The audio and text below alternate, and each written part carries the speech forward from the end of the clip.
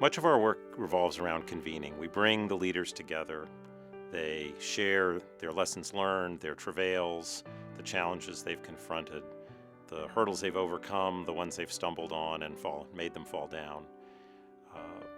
They teach each other, and we help that conversation go as smoothly and as accurately and as openly as possible.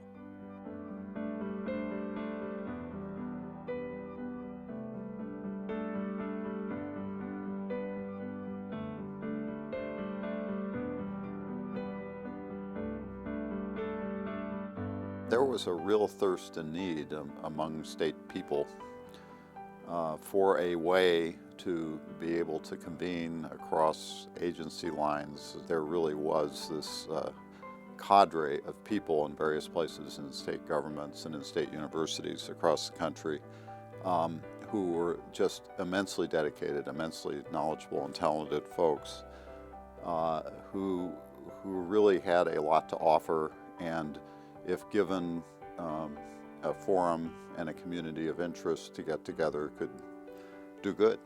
We really matured as an organization and became a knowledge base where others could learn about the states and where we really could engage in a meaningful dialogue. I think it now, probably with a Washington presence, has more capacity to work with the federal government and link the states and the federal government and to do that kind of analytical work. I think NASHP makes an effort to try and translate in both directions, both from the states as well as to the states, what the expectations are, provide greater clarity as to what intentions are with respect to legislation and regulation as they become available. I'm always looking for great ideas about what works in states. And one of the unique things about NASHP is that the collection of state administrators, from Medicaid to public health to insurance commissioners, and there's always a wealth of information about what states are doing on the cutting edge in terms of programs. I think NASHP in all of its approaches in terms of generating knowledge, connecting knowledge, bringing peers together to identify shared problems and problem solve, and to do so in a very respectful and safe place. I just think it's made a real difference in terms of states' ability to execute tough jobs in very, very difficult environments. NASHP came along at a really critical time in health policy. You know, it was a time when people were first starting to really try to grapple with these issues in a meaningful way on a state level.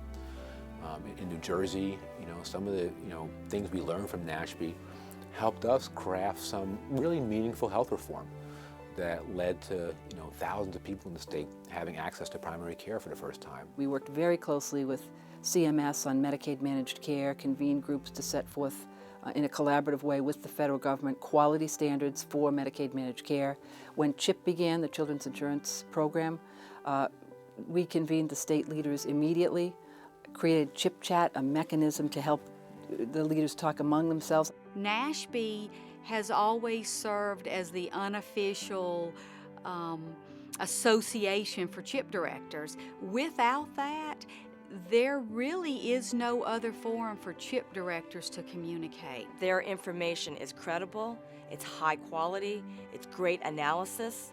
I've also found that they have practical information in toolboxes and toolkits, and they provide great technical assistance. As the world of health policy, as the world of healthcare evolves, this organization has evolved, and that's really critical because some organizations get stuck.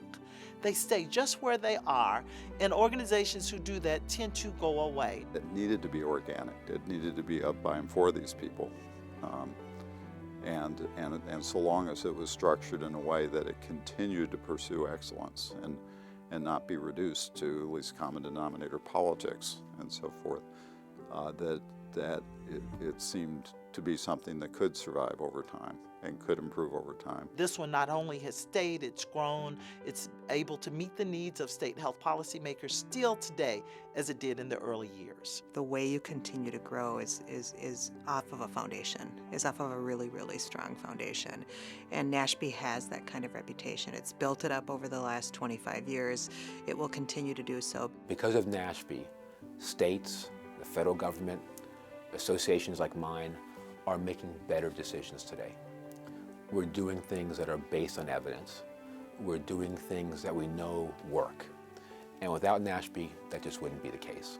At age 25, NASHP has said to the country, if you want to improve health care and if you want to improve health outcomes for the population, you need to pay attention not just to national policy and not even just to state policy, but to how states go about the business of implementing the many programs this country has that are intended to improve health care and health outcomes.